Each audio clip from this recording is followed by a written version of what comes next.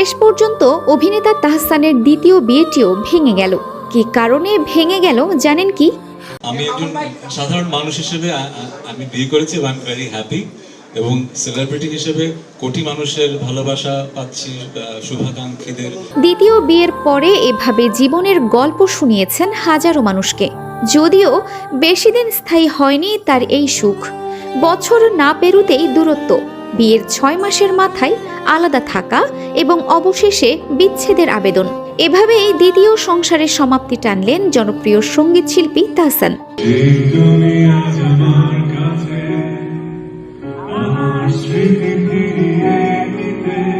অভিনেতা তাহসান প্রথমে বিয়ে করেন 2006 সালে 3 আগস্ট।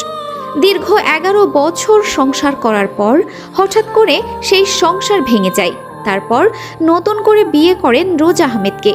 এই সংসারও ভাঙনের পথে। তবে কি কারণে অভিনেতা তাহসানের সাথে এমনটি হচ্ছে? গেল বছরের শুরুতেই হঠাৎ বিয়ের খবর দিয়ে আলোচনায় এসেছিলেন জনপ্রিয় গায়ক ও অভিনেতা তাহসান খান।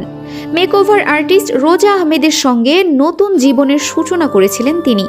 তবে বিয়ের 1 বছরের মধ্যেই সেই সংসার ভাঙনের মুখে। জানা গেছে বিয়ের কয়েক মাসের মধ্যেই তাহসান ও রোজা আহমেদের সম্পর্কে টানাপোড়েন শুরু হয়। এমনকি গত কয়েক মাস ধরেই তারা আলাদা থাকছেন।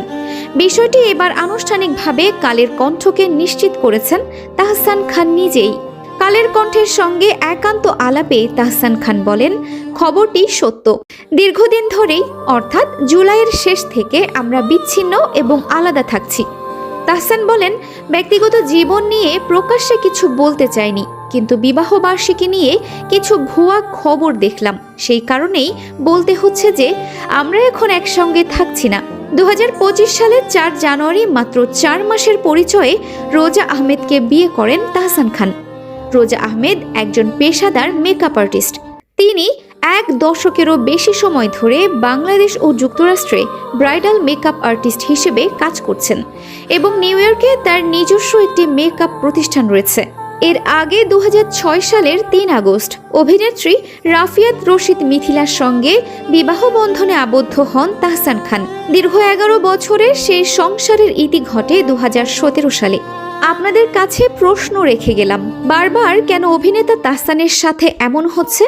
কেনই বা তার সংসার ভেঙে যাচ্ছে? আপনারাই কমেন্ট করে বলে যাবেন।